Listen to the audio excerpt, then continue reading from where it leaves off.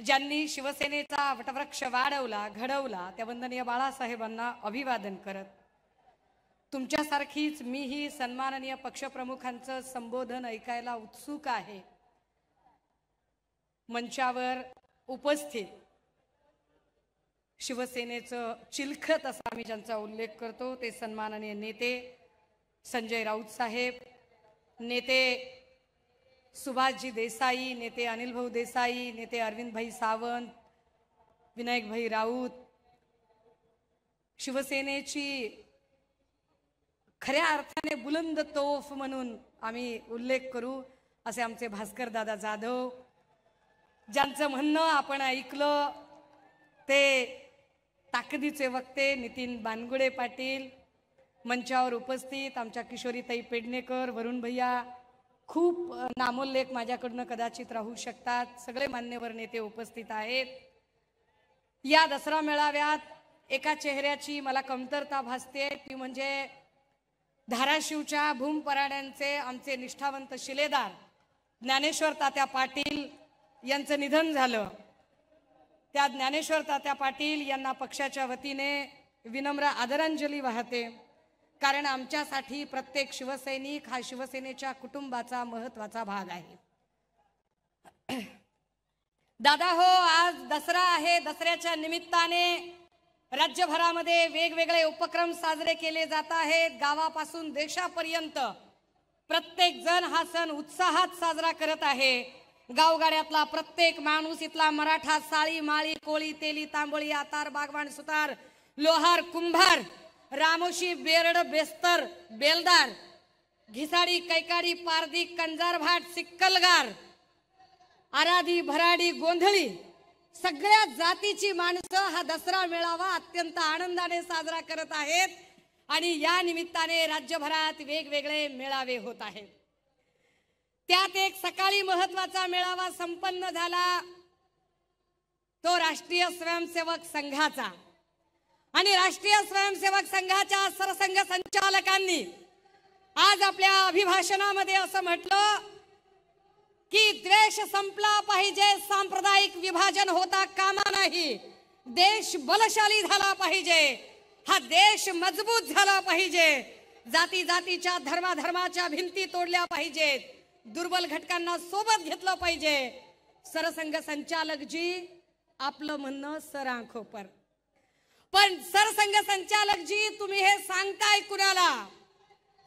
कारण महाराष्ट्रातल्या गावगाड्यात राहणारी 18 पगड 12 बलुतेदार 18 आलुतेदार, इथला मराठा, साळी, माळी, कोळी, तेली, तांबोळी, आतार, बागवान, सुतार, लोहार, कुंभार, रामोशी, बेरड, बेस्तर, बेलदार, आराधी, गोंधळी, भराडी, कैकाडी, कंजारभाट, सिक्कलगार, पारधी, जोशी, चित्रकथी, ही सगळी माणसं गुन्ह्या गोविंदानेच नांदतात. पण सरसंघ संचालक महोदय, जर खरंच द्वेषबुद्धी संपवायचा सल्ला द्यायचा असेल तर आमची आपल्याला दोन्ही हात तिसरं मस्तक जोडून नम्रतेची विनंती असेल, हा सल्ला सगळ्यात आधी राज्याचे उपमुख्यमंत्री देवेंद्र फडणवीसांना आपण द्यावा, ज्यांनी या राज्यामध्ये माणसात माणूस ठेवला नाही, जातीत जात ठेवली नाही, ज्यांनी इथे द्वेषाचं राजकारण पसरवलं आणि ते द्वेषाचं राजकारण पसरवण्यासाठी कोकणमध्ये न चालणारी चिल्लर जी बाजारातनं रद्दबातल झाली आहे, असे 4 आणे 12 आणे तुम्ही इथं बाजारात आणताय आणि तुमची न खपलेली 4 आण्या 12 आण्याची चिल्लर इथे लोकांमध्ये जर जाती द्वेष पसरवत असेल तर सरसंघ संचालक साहेब जरा देवेंद्रजींचे कान उपटा आणि सांगा त्यांना की आम्हाला हा महाराष्ट्र शांत हवा आहे, इथे सांप्रदायिक विभाजन कृपया करू नका. पण हे सांप्रदायिक विभाजन का केलं जाते?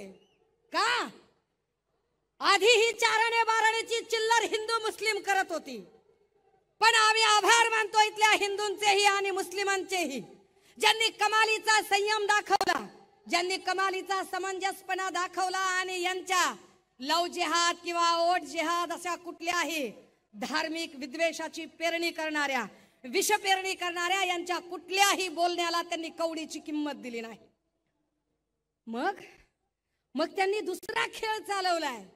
आता हिंदू मुस्लिम कार्ड चालत नाही म्हटल्यावर मराठा ओबीसीचं कार्ड खेळण्याचा प्रयत्न आता पुन्हा त्यांच्याकडून येते. हे मराठा ओबीसीचं कार्ड खेळणारी माणसं गावगाड्याची वीण उसवण्याचा प्रयत्न करत आहेत.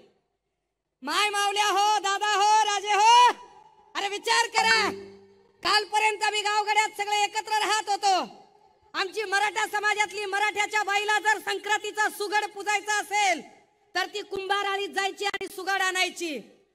कुंभाराला जर नवरात्रीची माळ आणायची असेल तर ती माळ्याकडे जायची आणि देवीची माळ आणायची.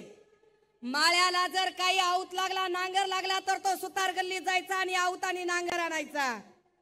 सुताराला दुर्डी लागली, सूप लागलं, टोपलं लागलं, तो काही काड्याच्या बुरडाच्या गल्लीला जायचा. आणि यांना कुणाला जोंधळा लागला तर ते अजून कुळी कुणबटाच्या खळ्यावर जायचे. ही सगळी माणसं एकत्र नांदत होती, पण यांच्यामध्ये जातीपातीच्या भिंती तयार केल्या त्या शिंदे साहेबांनी आणि फडणवीसांनी. हे आम्हाला शहाणपण सांगतात.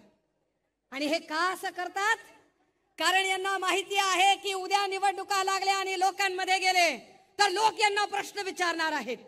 लोक यांना प्रश्न विचारतील की इथल्या बेरोजगारीचं काय केलं, इथल्या नोकर भरतीचं काय केलं. सत्तेत आल्यापासून एमपीएससीच्या 70 प्रकारच्या परीक्षा झाल्या आणि 70 प्रकारच्या परीक्षांमधल्या 65 परीक्षा यांची पेपर फुटी झाली. यावर लोक प्रश्न विचारतील.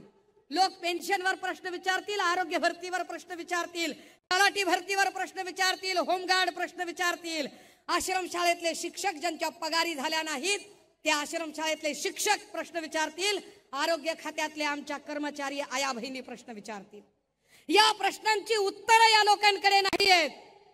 आणि म्हणून ही माणसं राजकारण करतात.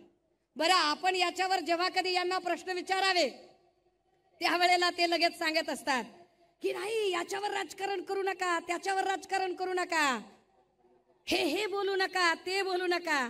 कोण राजकारण करते? कोणत्या प्रश्नाची उत्तरं त्यांनी दिली?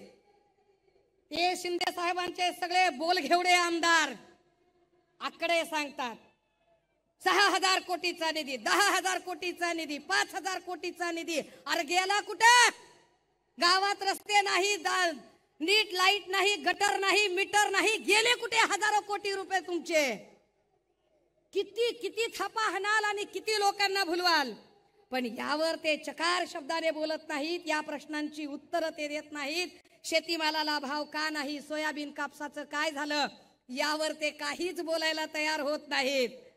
यावर बोलायचं सोडून ते जातीपातीचे भांडण लावायचा प्रयत्न करतात. आर्थिक प्रश्नावर तर ते बोलतच नाहीत.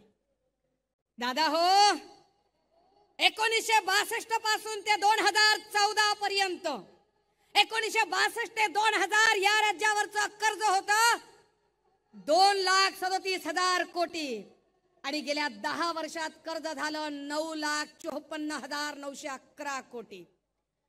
10 वर्षात तिपटीने कर्ज वाढलं. ही वित्तीय तूट इतकी मोठी आहे की कदाचित पुढची 10 वर्ष ती तूट भरून निघणार नाही. तरीही घोषणांची आणि आश्वासनांची खैरात चालू आहे. काल परवा जाहिरातीचेच पैसे देत नाहीत म्हणून जाहिरातदार आणि कंत्राटदार बोलत होते, त्यावरही ते बोलायला तयार होत नाहीत. बरं, आपण काही बोलावं तर ते म्हणतात राजकारण करताय तुम्ही.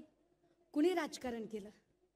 शिंदे साहेब, राजकारण कुणी केलं ते जरा नीट समजून घ्या.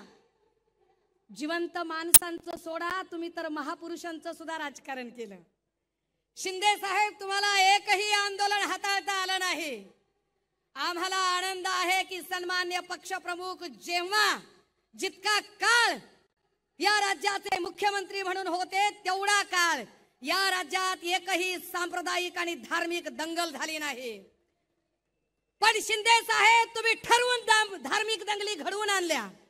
धार्मिक दंगली घडवण्यासाठी कारणीभूत असणाऱ्या शांतिगिरी सारख्या महाराजाच्या पाठीशी उभं राहण्याची भूमिका तुम्ही घेतली. तुम्ही खऱ्या अर्थानं महाराष्ट्र नासवण्याचं काम केलं.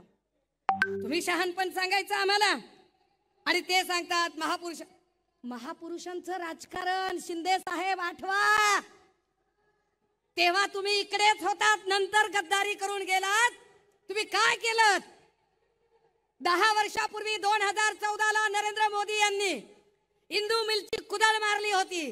गेल्या 10 वर्षात डॉक्टर बाबासाहेब आंबेडकरांच्या स्मारकासाठी त्या इंदू मिलची एक साधी वीट रचली नाही. याच्या उलट दीक्षाभूमीचं खोदकाम तुम्ही केलं. तुमची अघोरी भूक काही संपत नाही. तुम्ही किती राजकारण करावं, इकडे तुम्ही इंदू मिलचं स्मारक उभं केलं नाही, तिकडे अरबी समुद्रामध्ये छत्रपती शिवरायांचं स्मारक उभं करणार होतात. ते छत्रपती शिवरायांचं स्मारकही तुमच्याच्याने उभं करणं झालं नाही.